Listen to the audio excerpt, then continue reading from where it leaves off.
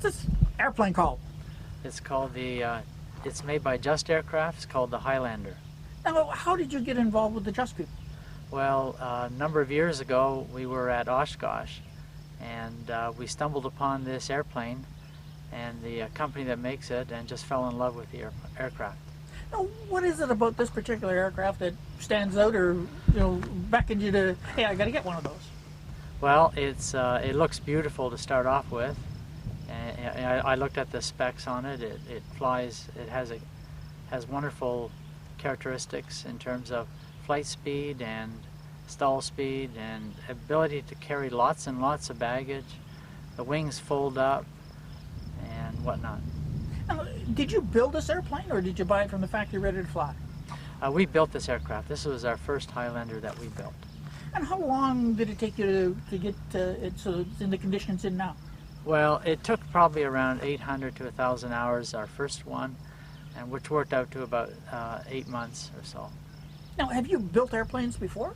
No, never built airplanes before. I built, other than one Challenger aircraft.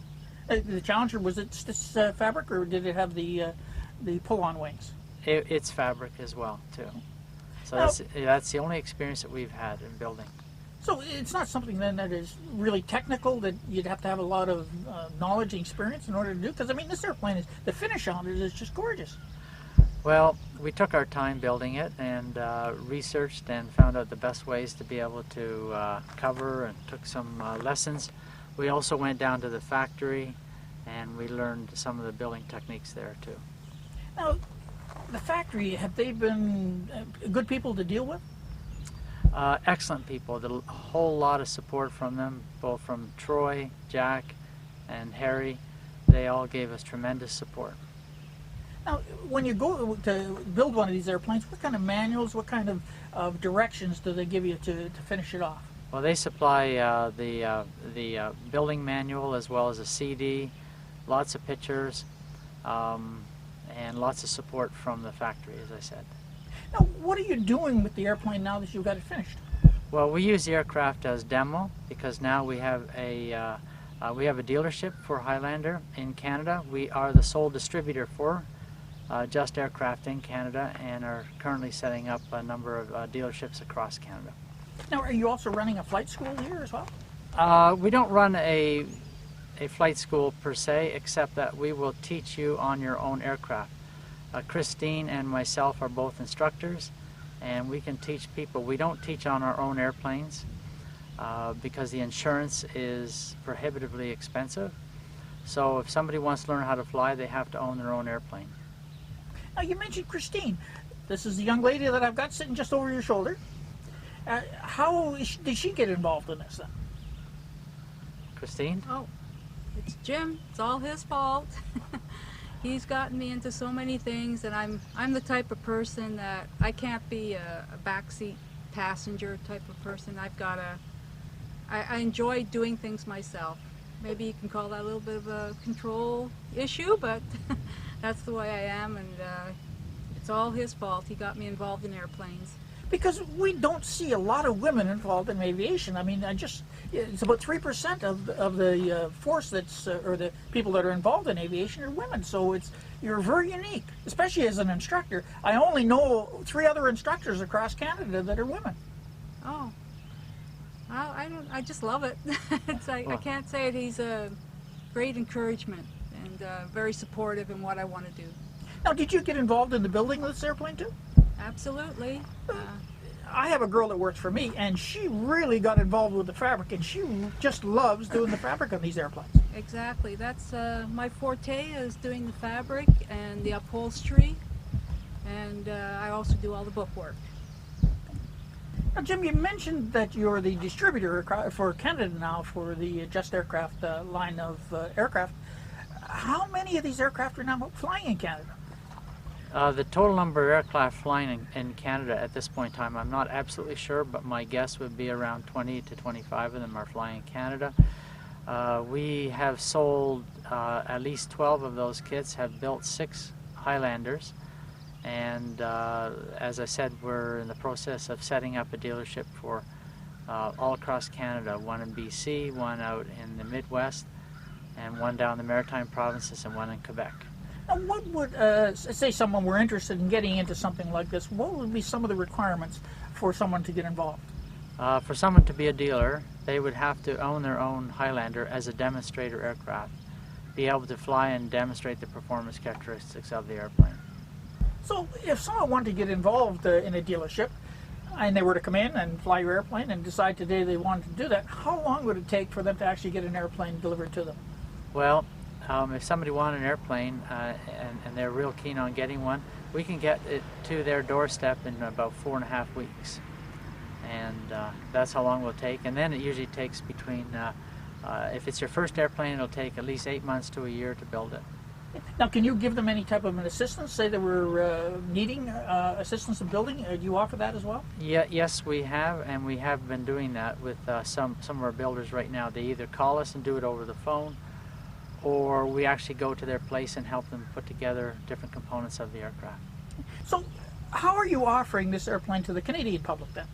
We're offering it as either basic ultralight, advanced ultralight, or it can be registered as a home-built aircraft.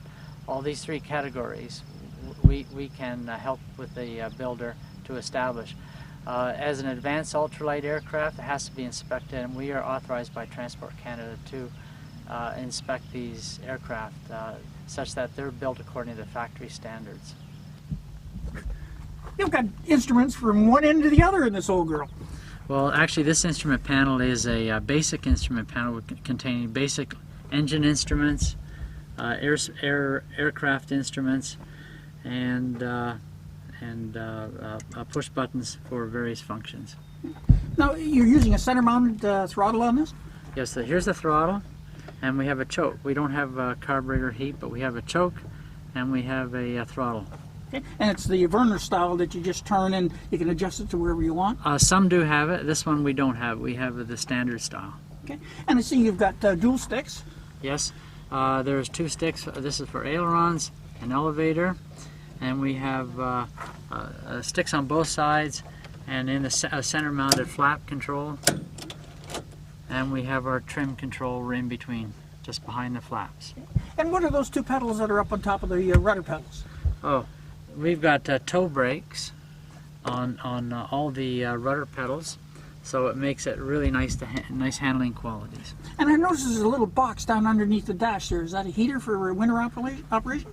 Underneath there's a heater which is a water type of heater from the engine itself. It keeps us nice and warm in wintertime. Now, when you're flying this airplane, especially on a day like today where it's so hot, is there any way of getting ventilation to the cabin? Very much so. You just have to, when the doors are closed, you just pop this open, and you can fly all day with the windows open. It makes a nice way to be able to travel on the hot days. Now I noticed just over your head there you have fuel tank. How many fuel tanks do we have on it? We have two tanks. They're wing-mounted tanks, and they contain a total of 23 gallons, allowing a 4.5-hour journey. Okay. Now, I'm a little on the short side, 5'6". Is there any adjustability built into the airplane for someone like me? For the really tall people, we can adjust the seats backwards. And for the you're short doing people, that with just pulling a little pin? Just pulling a pin up and down allows me to adjust the seats. Backward, forward for short people, and backwards for tall people. Now, someone once told me that you can actually sleep in this airplane. Yes, you can. These seats will both completely fold forward, and there's enough room at the back to hold a 6.5-foot person. And they can sleep in the back using the cushions as support, especially those that want to fly in the bush country and go hunting and fishing. And if you wanted to store something, such as a tent or something, I mean, you've got, what? It looks like you can go back about 6 or 7 feet back there. Well, it's actually about 5 feet back, and it holds enough to carry all tenting equipment, all your fishing gear, hunting gear, baggage, etc. Now, there looks to be a lot of visibility in this airplane. Yes, we have a skylight over the top and a windshield in front, doors which reach right down to the floor, so you can look straight down. You can look as you're going in a turn. You can look over the top of your wing, and see other aircraft. So from that point of view, there's a lot of safety built into it. Now, is that a standard? Are those standard features? Is the skylight and so on and so forth? Are they standard in the airplane? That's correct. They're absolutely standard. Now we're at the front of this old girl. Now, what are we powering this with? We're using a Rotax 912 ULS engine, which is 100 horsepower, 4-cylinder, air, oil, and water-cooled engine. Now, how many hours do you have on this airplane? We have approximately 120 as of today, and it's performed beautifully. So you've had no problems with the Rotax engine then? It would be something you would recommend to customers? Absolutely recommend the very best engine you could get for this particular aircraft. Best suited for this airplane, power to weight ratios, performance characteristics, and reliability, which is one of the most important things. We've had no trouble with the engine whatsoever. Now, this is what, a warp drive prop you're using on this? Yes, we're using a warp drive 3-bladed ground adjustable type propeller. Now, what kind of performance are you getting out of this airplane with this engine, with this propeller? Like, for example, for cruise? For cruise, it depends upon the day, but basically getting anywhere between 95 and 110 mile an hour cruise at around 52 to 5,500 RPM. And climb rate on it? Climb rate is around 1,000 feet per minute. Normal climb rate, again, it depends upon the day. A hot day will be less. A really cold day, you'll climb and all you see is blue sky. Now, what about the stall speed on the airplane? Stall speed varies according to the flap position, but it varies anywhere between 25 mile an hour and about 40 miles an hour. So what kind of range would you have on the airplane then?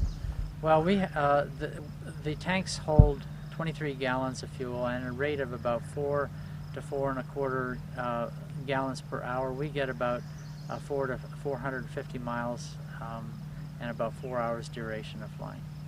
Have you had anybody that's done any cross-country on these airplanes? Yes, we've had 2 airplanes, one cross all the way from our airport here in Stirling to Kuujjuaq in the northernmost tip of Quebec, a range of about 2,000 miles. And they just completed that trip as of 2 weeks ago. It shows the reliability of the engine, the performance of it. He was getting about 4 gallons per hour. Now, is he on wheels or is he on floats? He's on skis. Oh, He's flying on retractable skis.